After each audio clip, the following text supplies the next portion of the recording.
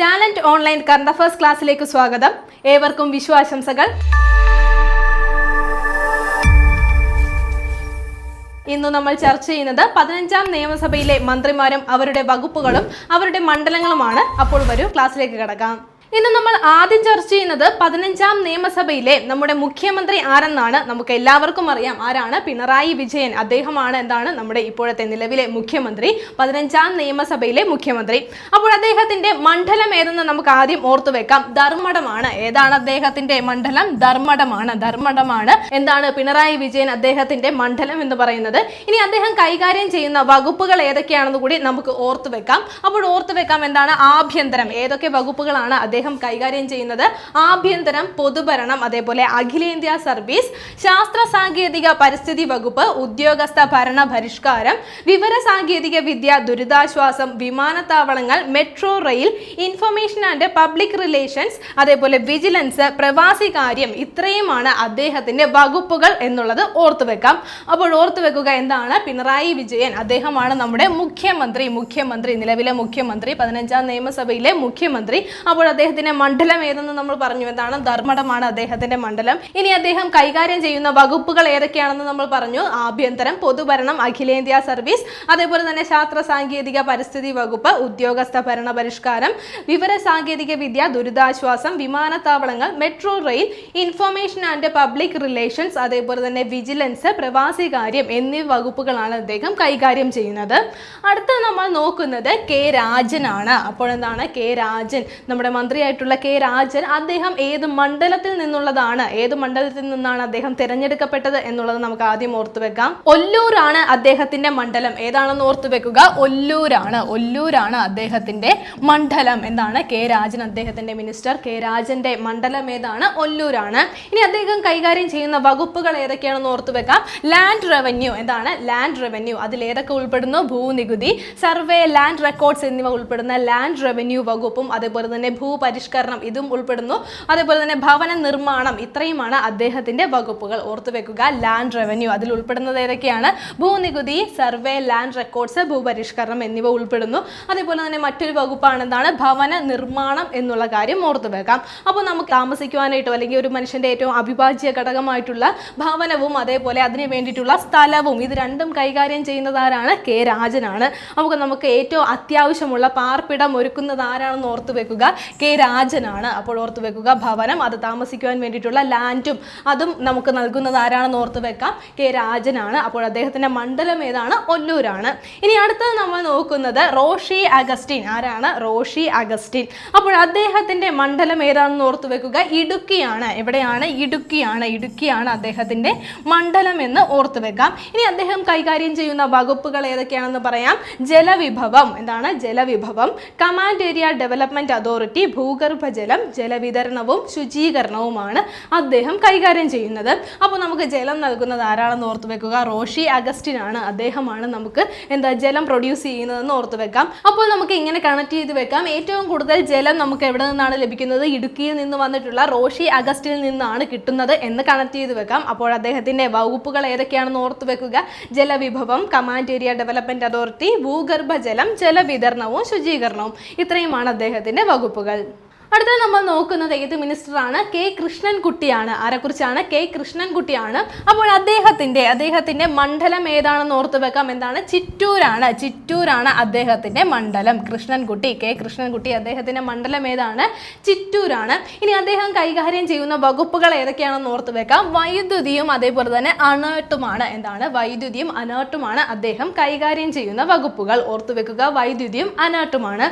ഇനി അനേർട്ട് എന്നുള്ളത് എന്താണെന്ന് നമുക്കറിയാം. അപ്പോൾ അതിന്റെ പൂർണ്ണ രൂപവും കൂടി നമുക്ക് ഒന്ന് ഓർത്തു വെക്കാം. എന്താണ്? Agency for new and renewable energy research and technology എന്നുള്ളതാണ് എന്താണ് അനേർട്ടിന്റെ പൂർണ്ണ രൂപം. ഓർത്തു വെക്കുക എന്താണ്? Agency for new and renewable energy research and technology എന്നുള്ളതാണ് അനേർട്ടിന്റെ പൂർണ്ണ രൂപം. അപ്പോൾ അനേർട്ടിന്റെ മിനിസ്റ്ററും ആ ഒരു വകുപ്പിന്റെ മിനിസ്റ്ററും ആര് തന്നെയാണെന്ന് ഓർത്തു വെക്കുക. കെ കൃഷ്ണൻകുട്ടി തന്നെയാണ്.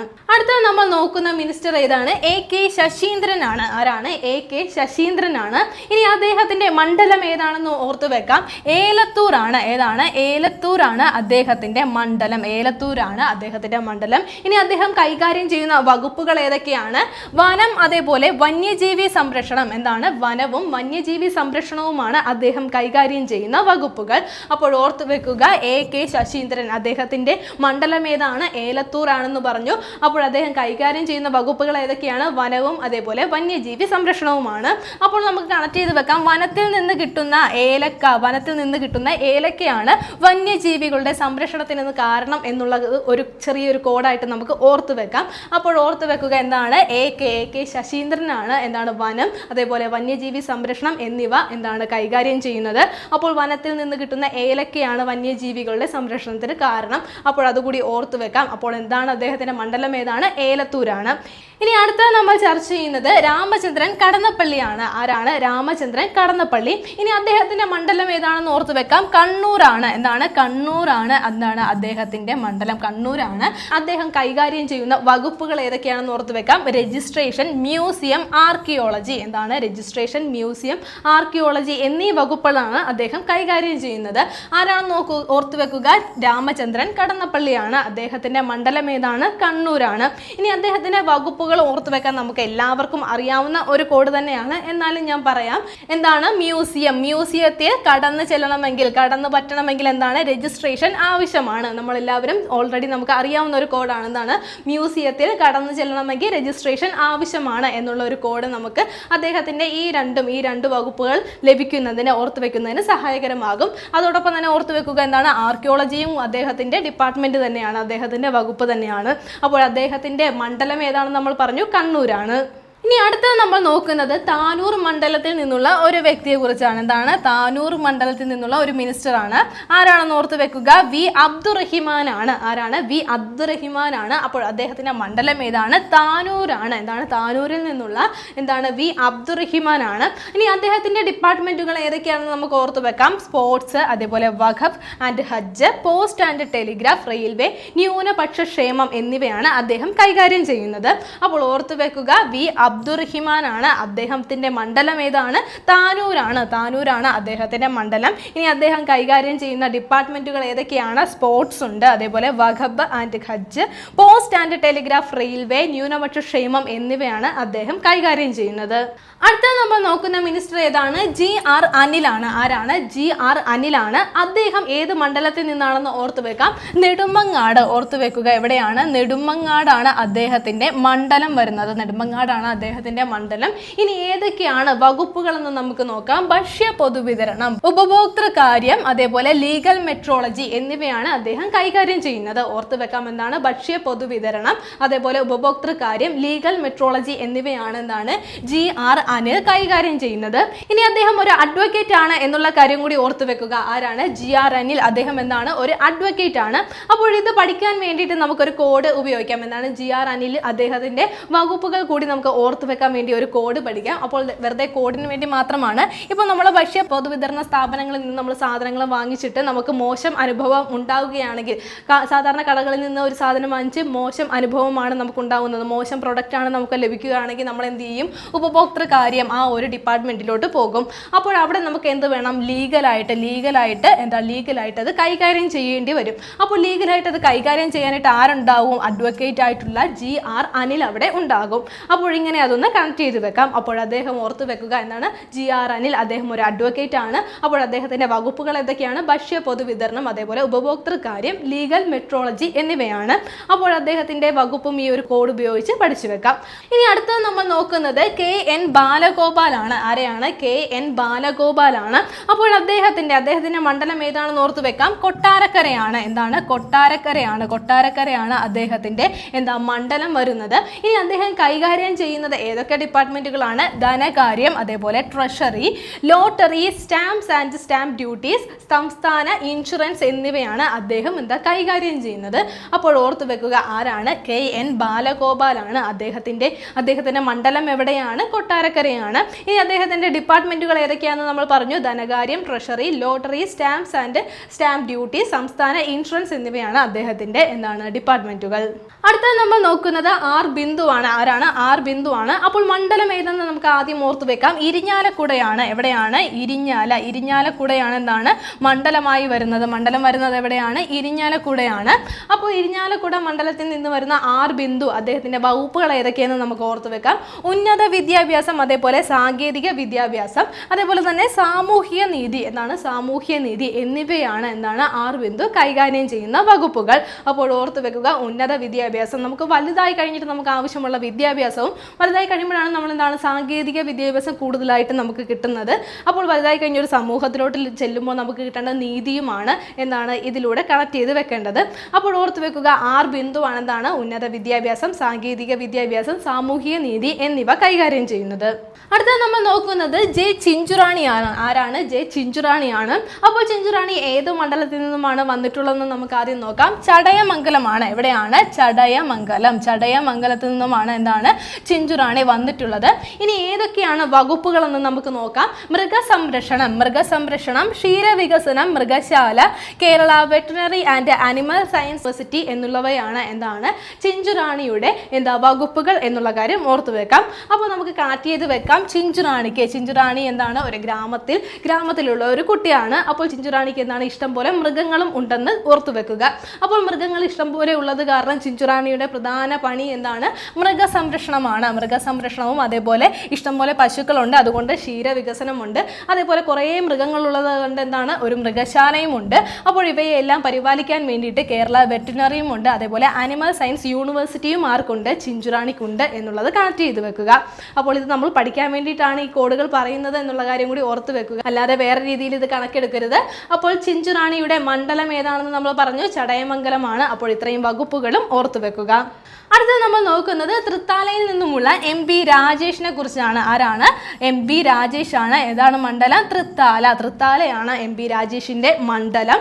അപ്പോൾ ഏതൊക്കെയാണ് വകുപ്പുകളെന്ന് ഓർത്ത് വെക്കാം. തദ്ദേശ സ്വയംഭരണം, അതേപോലെ ഗ്രാമവികസനം, നഗരാസൂത്രണം, എക്സൈസ്, കില, പാർലമെന്ററി കാര്യം എന്നിവയാണ് എന്താണ് MP രാജേഷിന്റെ വകുപ്പുകൾ എന്നുള്ള കാര്യം ഓർത്തു വെക്കുക. ഇനി കില എന്താണെന്ന് നമുക്കറിയാം. എന്താണ്? Kerala institute of local administration എന്നുള്ളതാണ് കില. അപ്പോൾ കിലയും തദ്ദേശ സ്വയംഭരണവും ഗ്രാമവികസനവും നഗരാസൂത്രണവും അതേപോലെ എക്സൈസ് പാർലമെന്ററി കാര്യം ഇത്രയും കൈകാര്യം ചെയ്യുന്നത് ആരാണ്? നമ്മുടെ തൃത്താലയിൽ നിന്ന് വന്നിട്ടുള്ള MP രാജേഷ് ആണ്. അടുത്ത നമ്മൾ നോക്കുന്നത് PA മുഹമ്മദ് റിയാസ് ആണ്. നമുക്ക് എല്ലാവർക്കും അറിയാം, അദ്ദേഹത്തിന്റെ വകുപ്പുകൾ പ്രത്യേകിച്ച് പറയേണ്ട ആവശ്യമില്ല. അപ്പോൾ ടൂറിസം, പൊതുമരാമത്ത് എന്നിവയാണ് എന്താണ് PA മുഹമ്മദ് റിയാസിന്റെ വകുപ്പുകൾ. ഓർത്തു വെക്കുക, PA മുഹമ്മദ് റിയാസിന്റെ വകുപ്പുകൾ ഏതൊക്കെയാണ്? പൊതുമരാമത്തും അതേപോലെ തന്നെ ടൂറിസവുമാണ്.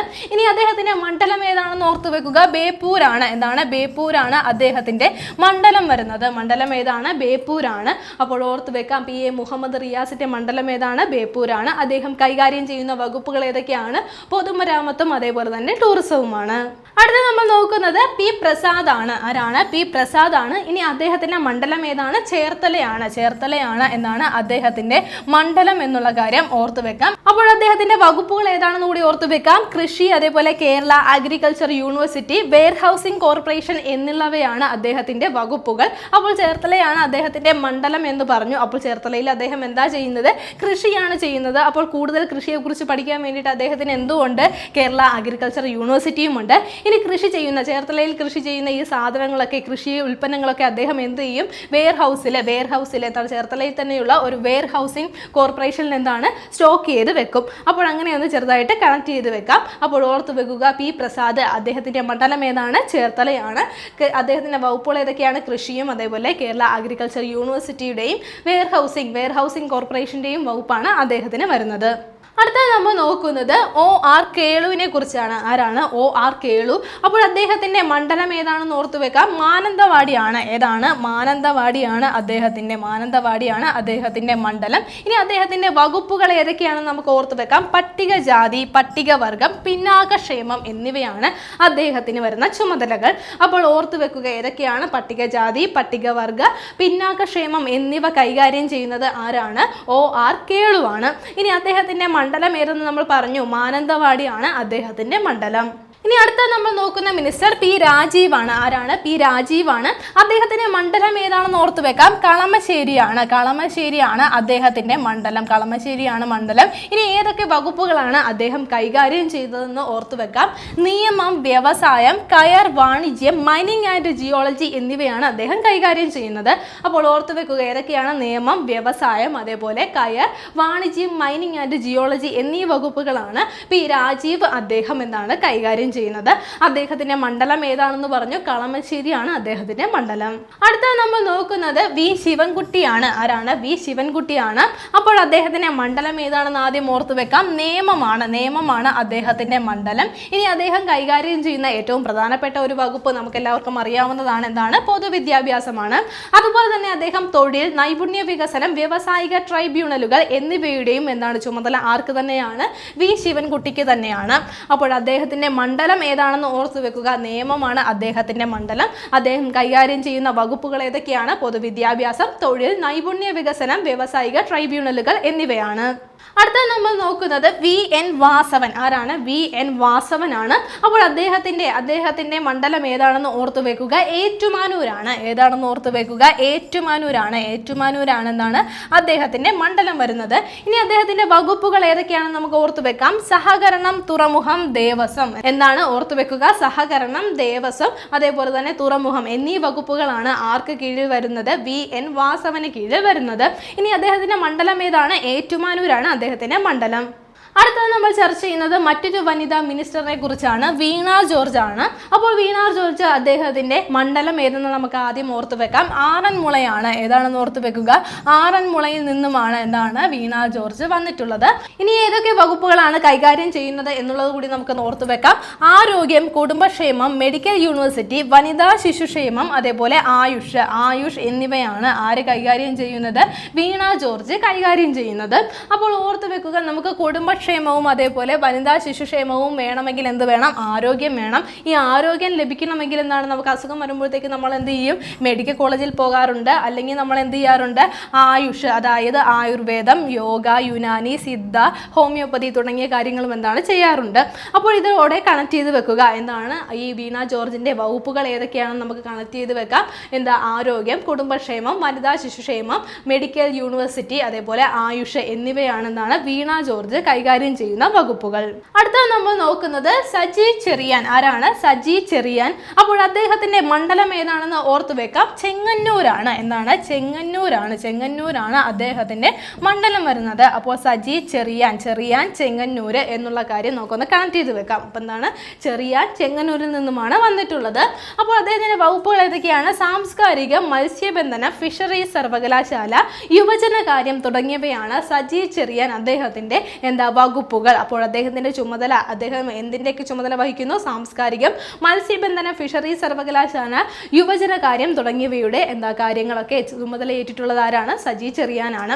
ഇനി അദ്ദേഹത്തിന്റെ മണ്ഡലം ഏതാണെന്ന് നമ്മൾ പറഞ്ഞു. ചെങ്ങന്നൂരാണ് അദ്ദേഹത്തിന്റെ മണ്ഡലം വരുന്നത്.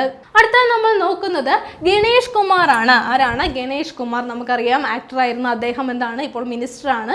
അപ്പോൾ മിനിസ്റ്റർ ഗണേഷ് കുമാർ അദ്ദേഹത്തിന്റെ മണ്ഡലം ഏതാണെന്ന് ഓർത്തു വെക്കുക. പത്തനാപുരമാണ്. ഏതാണ്? പത്തനാപുരമാണ് അദ്ദേഹത്തിന്റെ മണ്ഡലം വരുന്നത്. ഇനി അദ്ദേഹം കൈകാര്യം ചെയ്യുന്ന വകുപ്പുകൾ ഏതൊക്കെയാണെന്ന് ഓർത്തു വെക്കാം. മോട്ടോർ വാഹന വകുപ്പ്, ഗതാഗതം, ജലഗതാഗതം എന്നിവ കൈകാര്യം ചെയ്യുന്നത് ആരാണ്? ഗണേഷ് കുമാർ ആണ്. അപ്പോൾ ഓർത്തു വെക്കുക എന്താണ്? മോട്ടോർ വാഹന വകുപ്പും ഗതാഗതവും കൈകാര്യം ചെയ്യുന്നത് ആരാണ്? നമ്മുടെ മിനിസ്റ്റർ ആയിട്ടുള്ള ഗണേഷ് കുമാർ ആണ്. അപ്പോൾ അദ്ദേഹത്തിന്റെ മണ്ഡലം ഏതാണ്? പത്തനാപുരമാണ് അദ്ദേഹത്തിന്റെ മണ്ഡലം. അപ്പോൾ ഇത്രയുമാണ് എന്താണ് നമ്മുടെ 15ാം നിയമസഭയിലെ മന്ത്രിമാരും അവരുടെ വകുപ്പുകളും. അപ്പോൾ അതോടൊപ്പം തന്നെ നമുക്ക് ഓർത്തു വെക്കാം നമ്മുടെ 15ാം നിയമസഭയിലെ പ്രതിപക്ഷ നേതാവ് ആരാണെന്ന് ഓർത്തു വെക്കാം. വി ഡി സതീശനാണ്. ആരാണ്? വി ഡി സതീശനാണ് എന്താണ് പ്രതിപക്ഷ നേതാവ്. അദ്ദേഹത്തിന്റെ മണ്ഡലം ഏതാണെന്ന് ഓർത്തു വെക്കാം. പറവൂറാണ്. ആരാണ്? എവിടെയാണ്? പറവൂറാണ് അദ്ദേഹത്തിന്റെ മണ്ഡലമായിട്ട് വരുന്നത്. അദ്ദേഹം എന്താണ്? 15ാം നിയമസഭയിലെ പ്രതിപക്ഷ നേതാവാണ്. ഇനി ഈ 15ാം നിയമസഭയിലെ സ്പീക്കർ ആരാണെന്ന് ഓർത്തു വെക്കുക. ആരാണ്? എ എൻ ഷംസീർ ആണ്. ആരാണ്? എ എൻ ഷംസീർ ആണ് എന്താണ് 15ാം നിയമസഭയിലെ സ്പീക്കർ എന്നുള്ള കാര്യം ഓർത്തു വെക്കാം. അദ്ദേഹത്തിന്റെ മണ്ഡലം ഏതാണെന്ന് കൂടി ഓർത്തു വെക്കുക. തലശ്ശേരിയാണ് എന്താണ് അദ്ദേഹത്തിന്റെ മണ്ഡലം ഏതാണ്? തലശ്ശേരിയാണ്. ഇനി 15ാം നിയമസഭയിലെ ഡെപ്യൂട്ടി സ്പീക്കർ സ്പീക്കർ ആരാണെന്ന് കൂടി ഓർത്തു വെക്കുക. ഡെപ്യൂട്ടി സ്പീക്കർ ആരാണ്? ചിറ്റയം ഗോപകുമാർ ആണ്. ആരാണ്? ചിറ്റയം ഗോപകുമാർ ആണ് എന്നാണ് നമ്മുടെ ഡെപ്യൂട്ടി സ്പീക്കർ എന്നുള്ള കാര്യം കൂടി ഓർത്തു വെക്കാം. ഇനി അദ്ദേഹത്തിന്റെ മണ്ഡലം ഏതാണെന്ന് കൂടി ഓർത്തു വെക്കുക. അടൂരാണ്. എന്താണ്? അടൂരാണ് അദ്ദേഹത്തിന്റെ മണ്ഡലമായി വരുന്നത്. അപ്പോൾ എന്താണ്? ചിറ്റയം ഗോപകുമാർ ആണ് നമ്മുടെ ഡെപ്യൂട്ടി സ്പീക്കർ. അപ്പോൾ നമ്മൾ ഇന്ന് ചർച്ച ചെയ്തത് 15ാം നിയമസഭയിലെ മന്ത്രിമാരും അവരുടെ വകുപ്പുകളുമാണ്. അതേപോലെ അവരുടെ മണ്ഡലങ്ങളും നമ്മൾ ചർച്ച ചെയ്തു. അപ്പോൾ PSC ഇപ്പോൾ കൂടുതലായിട്ടും ചോദിച്ചു വരുന്നത് മണ്ഡലങ്ങൾ കൂടിയാണ്. അപ്പോൾ മണ്ഡലങ്ങളും വകുപ്പുകൾ ഏതൊക്കെയാണെന്നും കൃത്യമായി പഠിച്ചു വെക്കുക. ഇന്ന് നമ്മൾ ചർച്ച ചെയ്ത പോയിന്റുകൾ എല്ലാവർക്കും മനസ്സിലായി കാണുമെന്ന് വിശ്വസിക്കുന്നു. നന്നായി പഠിക്കുക, നന്നായി മുന്നേറുക. മറ്റൊരു ക്ലാസ്സുമായി വീണ്ടും കാണാം.